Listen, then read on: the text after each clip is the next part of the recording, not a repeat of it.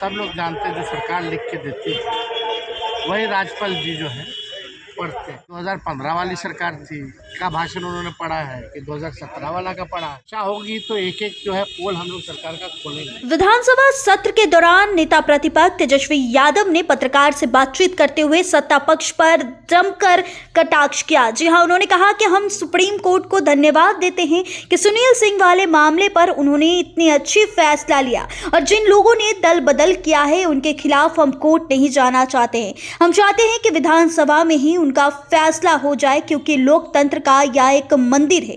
उन्होंने कहा कि दावा किया है कि जिस सीट पर दल बदल हुआ है वहां चुनाव कराया और की जाए जो कि मंत्री बनाए गए हैं। भाजपा के मंत्री दिलीप जायसवाल की बयान पर मुख्यमंत्री का चेहरा संसदीय वोट तय करेगी। उन्होंने कहा कि नीतीश कुमार बिहार के मुख्यमंत्री नहीं बनेंगे। इस रिपोर्ट में आप सबसे पहले तेजस्वी यादव की बयान को सुने। आप लोगों ने जब भाषण सुना होगा तो सब लोग लगता है कंफ्यूज होंगे कि कौन सी सरकार के बारे में भाषण।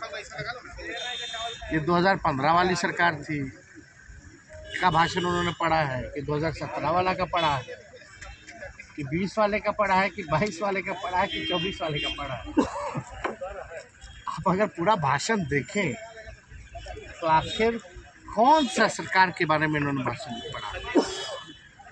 हाल फिलहाल में भी 1 साल नई सरकार को हुआ है और हमें 1 साल में इनकी कोई उपलब्धि जो है दिखी नहीं कि कौन सा उपलब्धि बिहार से पढ़े थे। तो अगर पढ़ना था तो नीति आयोग का रिपोर्ट भी पढ़ देते। साक्षरता के मामले में बिहार जो है प्रति व्यक्ति आय निवेश में सबसे फिसड्डी है, किसानों के आय में फिसड्डी है और बिहार आगे कहाँ है? बेरोजगारी के मामला में नंबर 1 तुम्हारा आ रहा है, पलायन में नंबर 1 है, गरीबी में नंबर 1 ये सभी बताना चाहिए। नहीं दिख रहा। तो हम लोग तो जान ही रहे थे भाई सरकार ने कोई काम किया नहीं है, गवर्नर महामहिम है। ये औपचारिकता होती है कि जो सरकार लिख के देगी चाहे झूठ हो सच हो वो राज्यपाल जो है पढ़ देती है। अब इस पर अभिभाषण पे चर्चा होगी। जब चर्चा होगी तो एक एक जो है पोल हम लोग सरकार का खोलेंगे और ऐसा पोल खोला जाएगा कि उनका जवाब देना। आज तक तो कोई जवाब मिला नहीं। खोला हमने एक बार नहीं कई बार प्रतिक्रिया इस मामले में दे दिया है। बार बार मेरा इस पर आपको पूर्व बयान मेरा सुन लीजिए, आपको पता चल जाएगा तय है कि नहीं है। तो इस पर हम बार बार इस मामले में दिलीप जायसवाल का एक बयान आया है नीतीश कुमार जी ने जो मंत्रिमंडल विस्तार किया है वो उनका आखिरी मंत्रिमंडल विस्तार हो। अब नीतीश कुमार जी दोबारा बिहार के मुख्यमंत्री नहीं बनने जा रहे। हालांकि हम पूरा सम्मान करते हैं, बुजुर्ग हो गए हैं, अब उनका समय पुराना हो चुका है, समय खत्म हो चुका है। Nitish ji is an old model. He doesn't have any vision, roadmap, and he got 20 years. Bihar की जनता ने 20 साल मौका दिया, ये कोई मामूली बात नहीं। 20 साल में भी अगर बिहार सबसे गरीब है तो उसका दोषी कौन है? 20 साल में सबसे ज़्यादा बेरोजगारी बिहार में है, पलायन सबसे ज़्यादा है और आपराधिक मामले तो आप देख लीजिए, NCRB का आंकड़ा उठा के देख लीजिए। अगर किसी को बहस करनी है तो डेटा पे बात करें। तो बिहार तो पीछे चला जा रहा है और जिस हिसाब से बिहार को आप बताओ 2014 के बाद स्टेबिलिटी कहाँ मिली है बिहार सरकार में? सब असमंजस में रहते। अब तो 15 ही से गिना रहे, 15 से 25 जो है 5 सरकार बन गई है। आप अगर निकाल जाए तो 2 साल की सरकार। बीजेपी के लोग कह रहे हैं कि चेहरे पे चुनाव जरूर लड़ेंगे,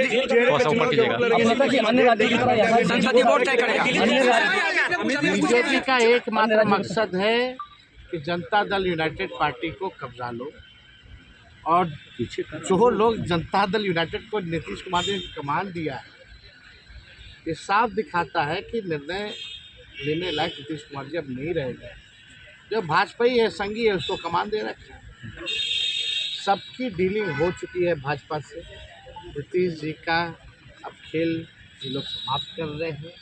ये नीतीश कुमार जी अनजाने बने हुए हैं, लेकिन उनके जितने साथी जो आजकल भुजा पार्टी करने वाले लोग हैं सब दिल और दिमाग से भाजपा हो चुके हैं, बस समय का इंतज़ार कीजिए। ये लोग पूरे जनता दल यूनाइटेड को, जो शरद जी की बनाई हुई पार्टी जो थी, इसको ये लोग कब्जाने का काम कर रहे हैं। और बीजेपी क्या करती है नहीं करती किसको नहीं पता है, बताइए तो आपको पता है कि नहीं? क्या काम करती है और कोई काम आता है उसको? खुल के बेईमानी करो, खुल के चोरी करो, नियम और संविधान का उल्लंघन करो।